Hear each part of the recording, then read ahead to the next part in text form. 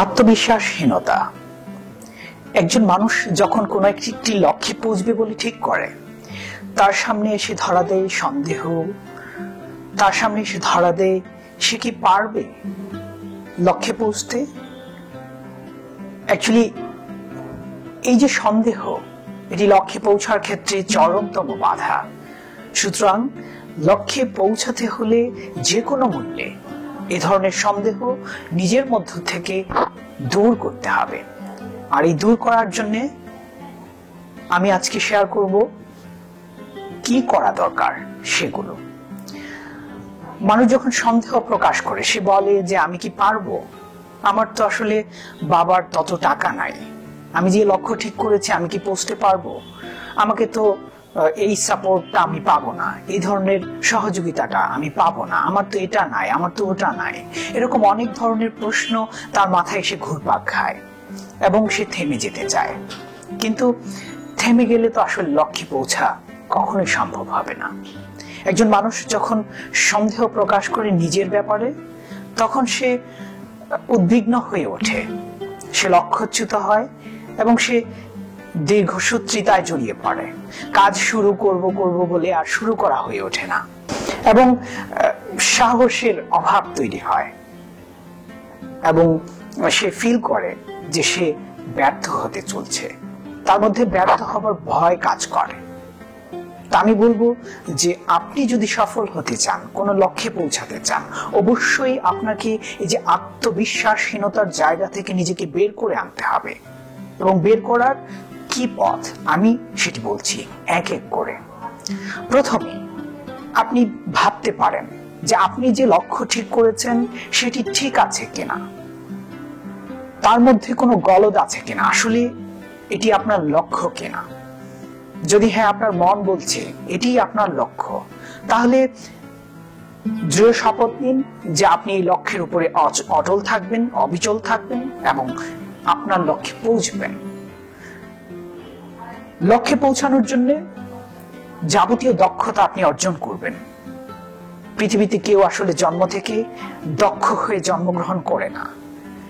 সময়ের আবর্তে সময়কে কাজে লাগিয়ে একজন মানুষ তার নিজেকে দক্ষ করে গড়ে তোলে।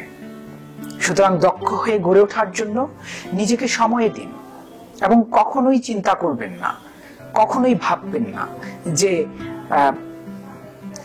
আমার কি হবে, আমি কি পারবো। হ্যাঁ, আপনি পারবেন। প্রতিদিন আপনার লক্ষ্যের জন্য কিছু কাজ করুন, আপনার সময়কে ব্যয় করুন এবং কখনোই আপনার বন্ধু বা আপনার পরিচিত মানুষদের সাথে আপনার নিজেকে তুলনা করতে যাবেন না। যখনই তুলনা করতে যাবেন তখনই সমস্যার সৃষ্টি হবে। আসলে আপনি আপনাকে তুলনা করবেন গতকালকের আপনার সাথে আজকের আপনার অবস্থানের। গতকালকে আপনার অবস্থান কোথায় ছিল, আজকে কোথায়। এবং যদি ফিল করেন যে আপনার অবস্থান পরিবর্তন হচ্ছে না, আপনি আরো সচেতন হন এবং নিজেকে কিভাবে আরো বেশি দক্ষ করে গড়ে তোলা যায় সেটার চেষ্টা করুন। এবং কখনোই শতভাগ পারফেকশন আশা করবেন না, শতভাগ খাঁটি হবে সবকিছু, খুবই সুন্দর হবে শুরুতেই, সেটা আশাই করতে যাবেন না। এই যে আজ আমি কথা বলছি, আমি কথা বলা শুরু করেছি, আমার সব কথা খুবই সুন্দর হতে হবে, কথা বলা শুরু করেই আমার সব সুপার মানের কথা হতে হবে, আমার ভিডিও রেকর্ডিং খুব অসাধারণ হতে হবে, এই ভাবনা যদি আমি ভাবতে শুরু করি এবং আমি থেমে যাই, তাহলে থেমে যাওয়া হলো। আমি চাই যে আমার শুরুটা আসলে ঠিক আপনাদের কাঙ্ক্ষিত মানের হবে না, এটাই স্বাভাবিক। কিন্তু আমি বিশ্বাস করি একটা সময় পরে আপনার কাঙ্ক্ষিত মানের কথা আমি বলতে পারবো। আপনিও ঠিক তদ্রুপ। লক্ষ্য যা, আপনি পারফেকশনের একটা জায়গায় যেতে পারবেন, কিন্তু শুরুতেই তো পারফেকশনের জায়গায় যাওয়া সহজ না। এবং আপনার বন্ধু, আপনার পরিচিত জন, মানুষেরা অনেক ধরনের মন্তব্য করবে আপনাকে নিয়ে, যে আসলে আপনি যে লক্ষ্য ঠিক করেছেন সেটি ঠিক না, সেটি ভুল, এটা খুবই বাজে হয়েছে, এটা ঠিক হয়নি, এটা ঠিক মানে সঠিক হয়নি। এই কমেন্টস গুলো একেবারেই কান দিবেন না। যেটা করা উচিত, আপনার ভালো লাগা, আপনার মন্দ লাগাকে আপনি গুরুত্ব দিন। সেটি অত্যন্ত আর ভুলে যান অন্য মানুষেরা আপনার সম্পর্কে কি ভাবছে। যা ভাবে ভাবুক, তাদেরকে ভাবতে দিন। আপনি শুধু আপনার কাজ করুন, আপনি যা করতে চান সেটি করে যান।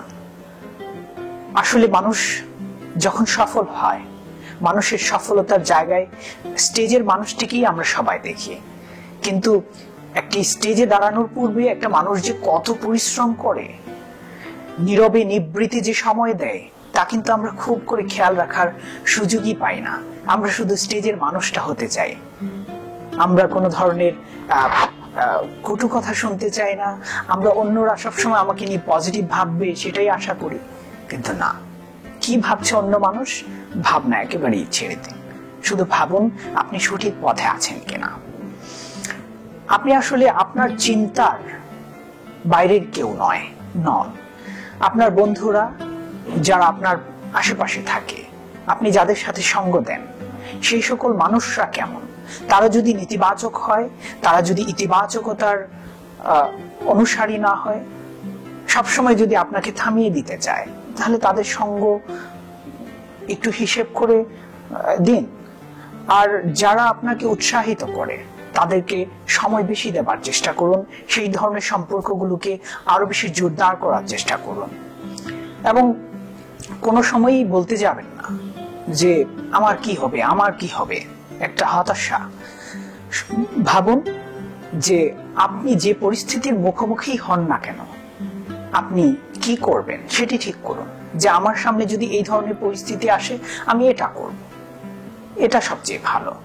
আর নিজেকে প্রশ্ন করুন যে আসলে আপনার জীবনের দায়িত্ব কার, আপনার নিজের না অন্য কারো। যদি আপনার নিজের হয়, তাহলে নিজের জীবনের জন্য যা করণীয় আপনি ঠিক করুন।